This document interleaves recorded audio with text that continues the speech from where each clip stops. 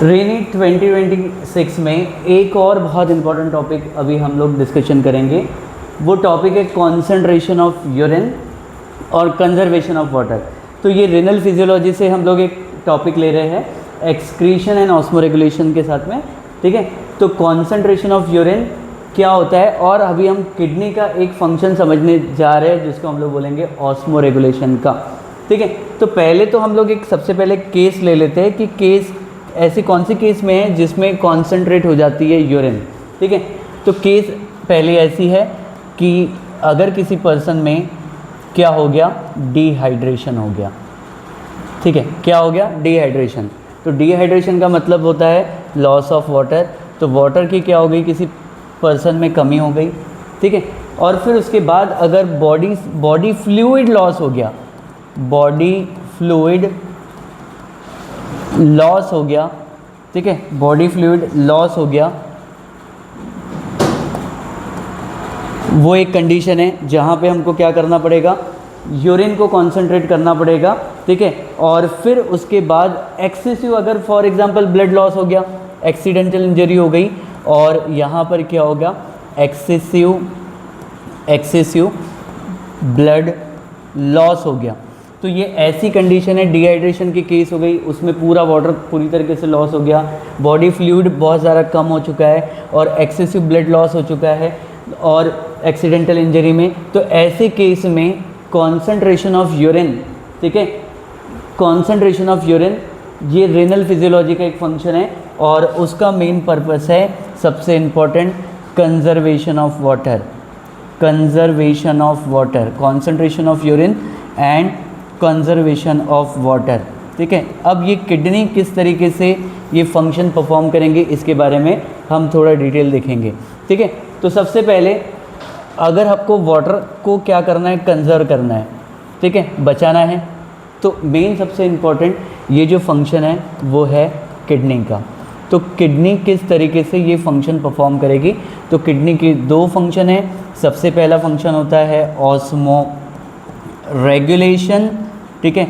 Osmo regulation को हम लोग क्या बोलते हैं, maintenance of water and salt balance, ठीक है। और फिर ऑस्मो रेगुलेशन के बाद क्या होती है, एक्सक्रीशन। एक्सक्रीशन का मतलब होता है removal of toxins, removal of toxin in the form of urine. तो वाटर को हमको कंजर्व करना है, तो किडनी किस तरीके से ऑस्मो रेगुलेशन का फंक्शन परफॉर्म करेगी ये हमको देखेंगे, ठीक है। तो अब सबसे एक इम्पॉर्टेंट बात ये है कि आपको सारा समझना पड़ेगा कि हमको एक फंक्शन समझना पड़ेगा एक हार्मोन का। वो हार्मोन को हम लोग क्या बोलेंगे, ADH। ADH ये हार्मोन बहुत इंपॉर्टेंट है, वो हार्मोन का नाम है ADH। ADH को हम लोग क्या बोलेंगे, anti diuretic hormone, anti diuretic hormone, that is vasopressin, ठीक है। तो ये फंक्शन पूरा का पूरा ADH का है। किसके लिए, कॉन्सेंट्रेशन करना है किसका, यूरिन का, और क्या करना है, इसी कॉन्सेंट्रेशन करके यूरिन का हमको क्या करना है, जो वाटर को उसका क्या करना है, कंजर्वेशन करना है। किस वाटर का क्या करना है, कंजर्वेशन करना है। तो ये कैसे होगा ये हम लोग यहाँ पे डिटेल बात करेंगे। तो यहाँ पर अगर आप देख रहे हैं तो ये सबसे जो मेन जो फंक्शन है, जो मेन फंक्शन जाएगा वो किसका, हाइपोथैलेमस का, ठीक है। किसका मेन फंक्शन जाएगा, हाइपोथैलेमस का।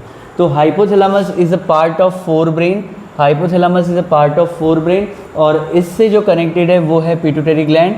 इससे कनेक्टेड है क्या, पिट्यूटरी ग्लैंड। तो मेन हाइपोथैलेमस पिट्यूटरी ग्लैंड की मदद से किस तरीके से किडनी से उसका जो मेन फंक्शनल यूनिट है उसको हम लोग क्या बोलेंगे, नेफ्रॉन। उसका जो फंक्शनल यूनिट है उसको हम लोग क्या बोलेंगे, नेफ्रॉन।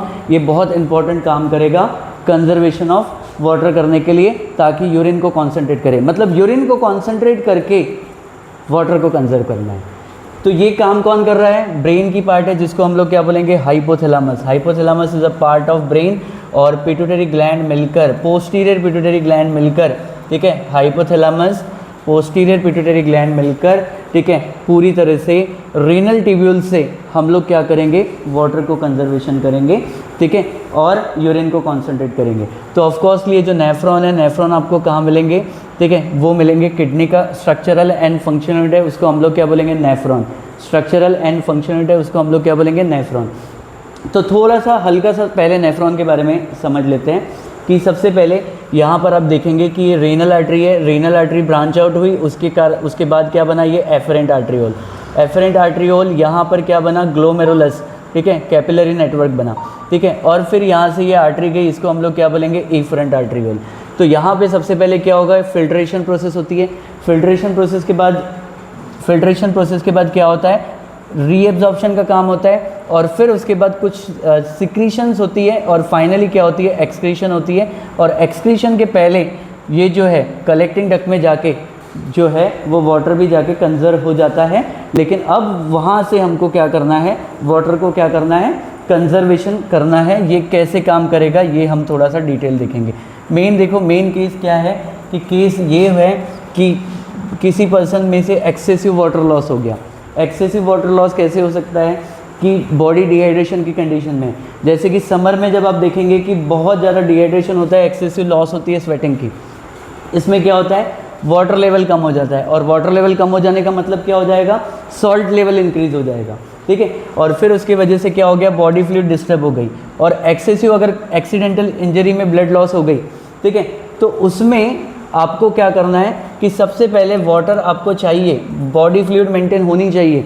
तो कभी कभी क्या होता है कि वो हो नहीं पाता है, तो उसमें क्या करते हैं, उसमें क्या होता है कि बॉडी एक फंक्शन परफॉर्म करती है, ठीक है, उस चीज़ को बोलते हैं हम लोग ऑस्मो रेगुलेशन।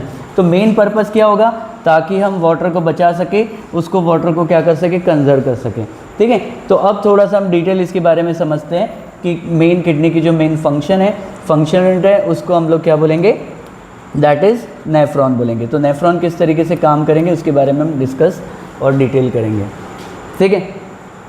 उसके बारे में थोड़ा सा हम क्या करेंगे, डिटेल और डिस्कस करेंगे, ठीक है। रोक दो।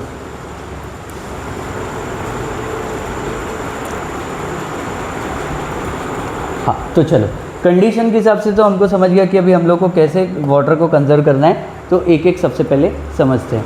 देखो, सबसे पहले नॉर्मल जो यूरिन होती है, नॉर्मल यूरिन जो आउटपुट होती है पर डे का किसी भी इंसान में, वो होता है 1 से 1.5 लीटर, 1 से 1.5 लीटर।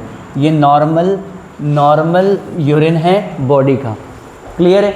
लेकिन अगर बॉडी अगर ऑस्मो रेगुलेशन की कंडीशन में जा रही है, that is maintenance of water and salt level, तो इसमें जो कम से कम पर डे का मिनिमम है, मिनिमम जो यूरिन आउटपुट होना चाहिए, मिनिमम वो होना चाहिए 400 to 500 ml के बीच में, मिनिमम इतनी यूरिन तो होनी ही चाहिए, ठीक है।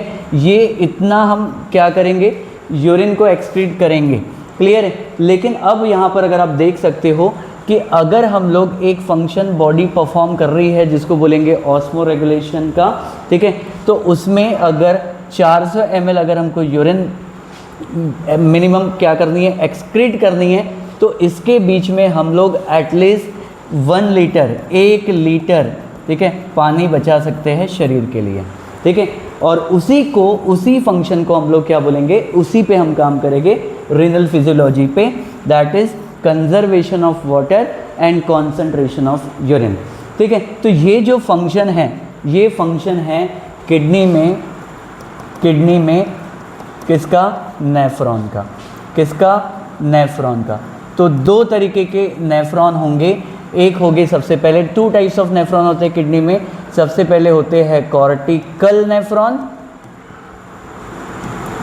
नेफ्रॉन, और दूसरे होते हैं जक्स्ट्रा मेडुलरी नेफ्रॉन। पहला कौन सा है, कॉर्टिकल नेफ्रॉन, जो कि कॉर्टेक्स में होगी, रीनल कॉर्टेक्स पे, ठीक है, और सेकेंड है जक्स्ट्रा मेडुलरी नेफ्रॉन।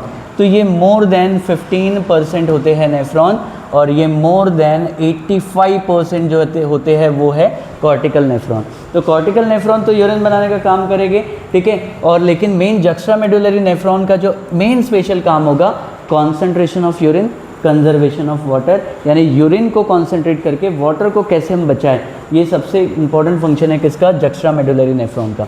तो अभी हम थोड़ा सा डिटेल देखते हैं जक्स्ट्रा मेडुलरी नेफ्रॉन के बारे में, ठीक है।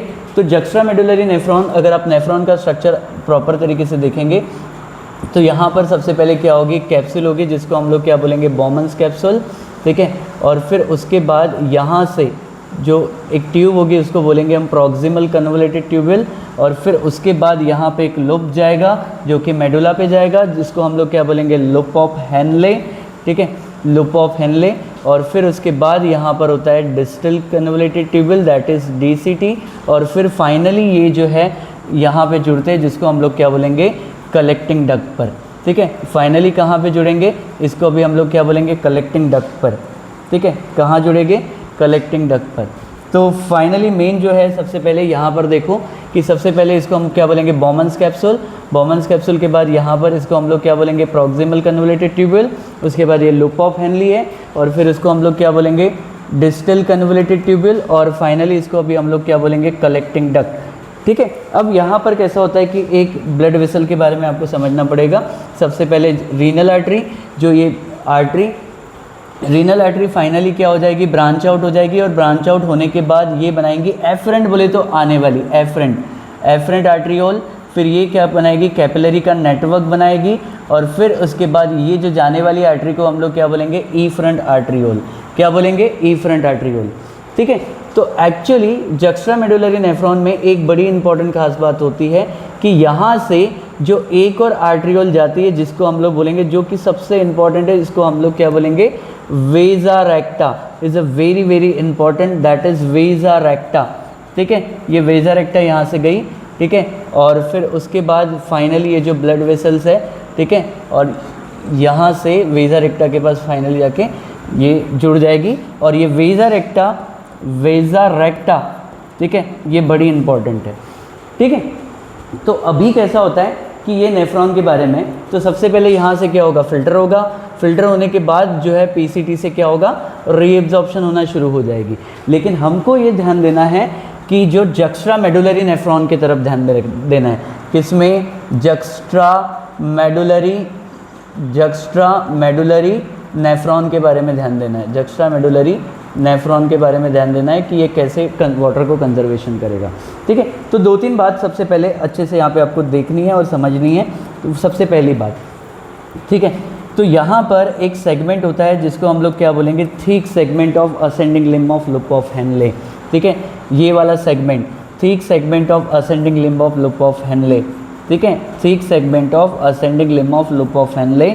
और फिर उसके बाद यहाँ पर आपको ध्यान देना है जिसका नाम है, ये है कलेक्टिंग डक्ट, ठीक है, collecting duct, thick segment of ascending limb of loop of Henle. और उसके बाद कलेक्टिंग डक्ट, तो ये इंपॉर्टेंट है, that is thick segment of ascending limb of loop of Henle, ठीक है। और कलेक्टिंग डक्ट, ये नॉर्मल अगर फिजियोलॉजी की बात करेंगे, तो ये वाटर के लिए इम्परमिएबल है। मतलब होता क्या है कि जैसे कि फॉर एग्जांपल यहाँ से फिल्टर हुई सारी चीज़ें, और किडनी जो है मेन जो है करेक्शन का फैक्टर करती है कि कौन सी चीज़ को कितने अमाउंट में ब्लड में जो कॉन्सेंट्रेशन रखना, उसको क्या करेगी, रीएब्जॉर्ब कर लेगी, और जिनको नहीं रखना उसको एक्सक्रीट आउट कर देगी, ठीक है। तो उसमें से अगर आप नॉर्मल फिजियोलॉजिकल फंक्शन की बात करोगे तो ये thick segment of ascending limb of loop of Henle, ये वाटर के लिए इम्परमिएबल है। और कलेक्टिंग डक्ट जो है ना, वो वाटर के लिए इम्परमिएबल है। मतलब ये वाटर को क्या नहीं करेंगे, अलाउ नहीं करेंगे कि वो ब्लड में चले जाए, ठीक है, नॉर्मल फिजियोलॉजिकल कंडीशन में। लेकिन इस चीज़ को बदल सकते हैं, इसको चेंज कर सकते हैं बॉडी अपनी कंडीशन के हिसाब से। कैसे कि अगर जो पर्सन है सफ़र कर रहा है किससे, डिहाइड्रेशन से, तो डिहाइड्रेशन की कंडीशन में क्या हो चुका है, पूरी की पूरी तरह से बॉडी में वाटर लॉस हो चुका है, ठीक है। और वाटर उसको चाहिए, और उसको मतलब सिंपल सी बात है, थर्स्ट के सिग्नल तो आ रहे हैं, और पानी अगर नहीं मिल पा रहा है किसी कंडीशन में, तो किडनी क्या करेगी, नेफ्रॉन के जरिए वो यूरिन आउटपुट कम करेगी और वाटर को सेव करेंगी। तो उसका मतलब अभी हमको एक पॉइंट बिल्कुल क्लियर हो गया कि ये तो नॉर्मल फिजियोलॉजिकल कंडीशन में क्या होते हैं, इम्परमिएबल होते हैं। इम्परमिएबल का मतलब ये वाटर को रीएब्जॉर्ब होने से रोकेंगे। बट अब हमको किसी भी तरह से इसको करना पड़ेगा, ठीक है, क्या, रीएब्जॉर्ब। तो कैसे ये फंक्शन परफॉर्म होता है तो इसमें हम देखेंगे। तो अभी मैंने जस्ट स्टार्ट में आपको बताया था ब्रेन का पार्ट, दैट इज़ इसको हम लोग क्या बोलेंगे, हाइपोथैलेमस। ठीक है, ब्रेन का पार्ट जिसको हमने बोला था हाइपोथैलेमस। ठीक है, हाइपोथैलेमस। ठीक है, और यहाँ पे न्यूरॉन्स होंगे। ठीक है, यहाँ पर न्यूरॉन्स होंगे जो सबसे एक इम्पॉर्टेंट एक ग्रुप ऑफ न्यूरॉन होंगे। तो इसको हम लोग क्या बोलेंगे, सुप्रा ऑप्टिक न्यूक्लियस। ठीक है, सुप्रा optic nucleus, very very important, सुप्रा ऑप्टिक न्यूक्लियस। और यहाँ पर क्या होगा, एंटीरियर पिट्यूटरी। ठीक है, पोस्टीरियर पिट्यूटरी, कौन सी पिट्यूटरी, पोस्टीरियर पिट्यूटरी। ठीक है, और उसको हम लोग क्या बोलेंगे, न्यूरो हाइपोफिसिस कहेंगे। ठीक है, पोस्टीरियर पिट्यूटरी को हम लोग क्या बोलेंगे, न्यूरो हाइपोफिसिस कहेंगे। तो पोस्टीरियर पिट्यूटरी को एक्चुअली हार्मोन बना के मिलते हैं। ठीक है, वो हाइपोथैलेमस खुद बना के देता है और ये स्टोर करता है पोस्टीरियर पिट्यूटरी। क्लियर है। तो अब यहाँ पर एक चीज़ आपको समझनी पड़ेगी कि ये सुप्रा ऑप्टिक न्यूक्लियस कैसे काम करेंगे। तो ये यहाँ पे हम क्या बना लेते हैं, कुछ न्यूरॉन्स बना लेते हैं सुप्रा ऑप्टिक न्यूक्लियस के। ठीक है, ये कुछ न्यूरॉन्स बना दिए हमने सुप्रा ऑप्टिक न्यूक्लियस के। क्लियर है, तो सुप्रा ऑप्टिक न्यूक्लियस के। तो अगर आप हाइपोथैलेमस में देखेंगे, अगर मैं इसको हाइपोथैलेमस बनाऊं, ठीक है, तो यहाँ पर कुछ रिसेप्टार्स होते हैं, उसको हम लोग बोलेंगे ऑस्मो रिसेप्टार्स। यहाँ कोई रिसेप्टार होते हैं उसको हम लोग क्या बोलेंगे, ऑस्मो रिसेप्टार। क्या बोलेंगे, ऑस्मो रिसेप्टार। ठीक है, और ये ऑस्मो रिसेप्टार के पास से अगर आप देखेंगे तो इसके पास से कोई ब्लड वेसल्स जाती है, इसके पास से कोई ब्लड वेसल्स जाती है, ऑस्मो रिसेप्टर के पास से कोई ब्लड वेसल जाती है। अब ये इंपॉर्टेंट है कॉन्सेप्ट। ठीक है, तो अब देखो, अगर नॉर्मल फिजियोलॉजिकल कंडीशन है, नॉर्मल फिजियोलॉजिकल कंडीशन है, तो यहाँ से ब्लड है, ब्लड के अंदर अगर आप देखेंगे तो वाटर है और सॉल्ट की कॉन्सेंट्रेशन है। और इसमें भी अगर आप देखेंगे कि जो ये ऑस्मो रिसेप्टर है, तो इसमें क्या है, फ्लूइड फिल है। क्या फिल है, फ्लूइड फिल है। तो ये फ्लूइड फिल है और ऑफकोर्सली जो ब्लड इसके पास से जा रही है वो भी क्या है, फ्लूइड फिल है। क्लियर है। तो उसका मतलब नॉर्मल फिजियोलॉजिकल कंडीशन में ये एक दूसरे के क्या होते हैं, ये एक दूसरे के क्या होते हैं, आइसोटोनिक होते हैं, एक दूसरे के isotonic. This is a very very important concept. एक दूसरे के क्या होते हैं, आइसोटोनिक होते हैं। अगर हमारे यानी शरीर में पानी प्रॉपरली है तो बॉडी फ्लूइड बराबर मेंटेन है, तो जो फ्लूइड फील्ड ऑस्मो रिसेप्टर है और जो ब्लड है, तो इनकी फ्लूइड आपस में क्या होगी, आइसोटोनिक होगी, मतलब सेम ऑस्मोटिक प्रेशर होगा। तो इसमें कोई भी प्रॉब्लम नहीं है। क्या होगा, इसमें सेम ऑस्मोटिक प्रेशर होगा, इसमें कोई भी प्रॉब्लम नहीं है। ठीक है, लेकिन अब हमारा केस क्या है, केस ये है कि डिहाइड्रेशन हो चुका है। डिहाइड्रेशन का मतलब वाटर लॉस हो चुकी है, और वाटर लॉस हो चुकी है तो इसका मतलब क्या हो गया कि ब्लड से वाटर लॉस हो गई, तो ब्लड में सॉल्ट का कॉन्सेंट्रेशन बढ़ गया। तो हो क्या गया है कि ब्लड में सॉल्ट का कॉन्सेंट्रेशन बढ़ गया है और वाटर का लेवल कम हो गया है। तो इसका मतलब ब्लड हाइपरटोनिक हो गया। इसका मतलब ब्लड क्या हो गया, हाइपरटोनिक हो गया। और फिर अब ये जो ब्लड, जब ये ब्लड इस ऑस्मो रिसेप्टर के पास से जाएगा, तो उसका मतलब नॉर्मल फिजियोलॉजी में एक दूसरे के क्या होते थे, आइसोटोनिक। अब क्या हो गया, ब्लड हाइपरटोनिक है और ऑस्मो रिसेप्टर क्या हो गए, हाइपोटोनिक हो गए। तो इसको बैलेंस करने के लिए जो फ्लूइड के जो रिसेप्टर है वो ऑस्मोसिस के थ्रू ये जो वाटर है वो ब्लड में देने की कोशिश करेंगे। ठीक है, that is the flow of solvent from its lower concentration to its higher concentration. और उसके कारण ये जो ऑस्मो रिसेप्टर जो है ना वो हो जाएंगे श्रिंक। वो ऑस्मो रिसेप्टर क्या हो जाएंगे, श्रिंक। और ये श्रिंक होने की वजह से सिग्नल जाएगा किसके पास में, सुप्रा ऑप्टिक न्यूक्लियस के पास में। किसके पास में सिग्नल जाएगा, सुप्रा ऑप्टिक न्यूक्लियस के पास में। और ये सुप्रा ऑप्टिक न्यूक्लियस एक हार्मोन बनाना शुरू करेगा जिसका नाम है ADH। ADH को बोलते हैं हम लोग एंटी डायरेटिक हार्मोन। और फिर ये ADH जो है एंटी डायरेटिक हार्मोन कहाँ पर आएगा, सीक्रेट होगा हाइपोथैलेमिक हाइपोफिजियल ट्रैक्ट के थ्रू।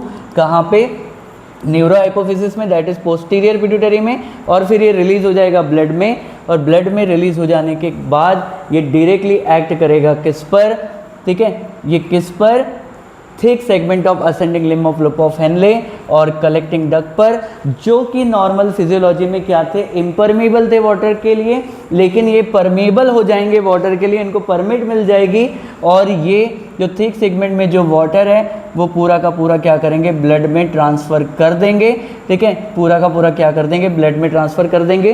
तो इस तरीके से हमने क्या किया, जो finally thick segment of ascending limb of loop of Henle और कलेक्टिंग डक्ट से वाटर को खींच के कहाँ पे लेके आ गया, बॉडी फ्लूइड्स में लेके आ गया, ब्लड में लेके आ गया। तो इस तरीके से क्या हुआ, यूरिन का क्या हो गया, कॉन्सेंट्रेशन हो गया, यूरिन क्या हो गई, कॉन्सेंट्रेट हो गई, और वाटर क्या हो गई, कंजर्व हो गई, that is conservation of water, और मेन क्या हो गया, कॉन्सेंट्रेशन ऑफ यूरिन। ये एक बड़ा ही इंपॉर्टेंट फंक्शन था। तो इसमें देखो हाइपोथैलेमस पिट्यूटरी ग्लैंड ने मिलकर फाइनली एक्ट किया किस पर, रेनल ट्यूब्यूल पर। तो ये किडनी का मेन जो फंक्शन था वो था osmo regulation function, that is maintenance of water and salt balance. ठीक है, तो ये बड़ा ही इंपॉर्टेंट कॉन्सेप्ट है और इसको आप बहुत अच्छे से पढ़िए। Thank you so much. हाँ, तो अभी इसको ये देखो ऑस्मो रेगुलेशन का फंक्शन कैसे हुआ परफॉर्म, एक बार एक शॉर्ट रिकैप देखेंगे कि देखो केस क्या था, बॉडी में वाटर लेवल कम हो गई थी। तो वाटर लेवल कम हो गई थी तो उसका मतलब क्या हो गया था, डिहाइड्रेशन हो रहा था, एक्सेसिव यानी वाटर लॉस हो गया था। ठीक है, या ब्लड लॉस हो गया था एक्सीडेंटल इंजरी में। तो उस समय में क्या होता है कि शरीर में बॉडी फ्लूइड क्या होना चाहिए, मेंटेन रहना चाहिए। इसलिए सबसे पहले हाइपोथैलेमस ने, ठीक है, हाइपोथैलेमस ने एडीएच बनाया। एडीएच कब बनाया, जब ऑस्मो रिसेप्टर क्या हो गए, श्रिंक हो गए, और जब वाटर लेवल कम हो गया था तो जो फ्लूइड फिल रिसेप्टर थे वो हाइपोटोनिक हो गए थे, उन्होंने रिलीज़ कर दिया, ठीक है, वाटर को। ब्लड में श्रिंक होने के कारण सिग्नल गया हाइपोथैलेमस पे।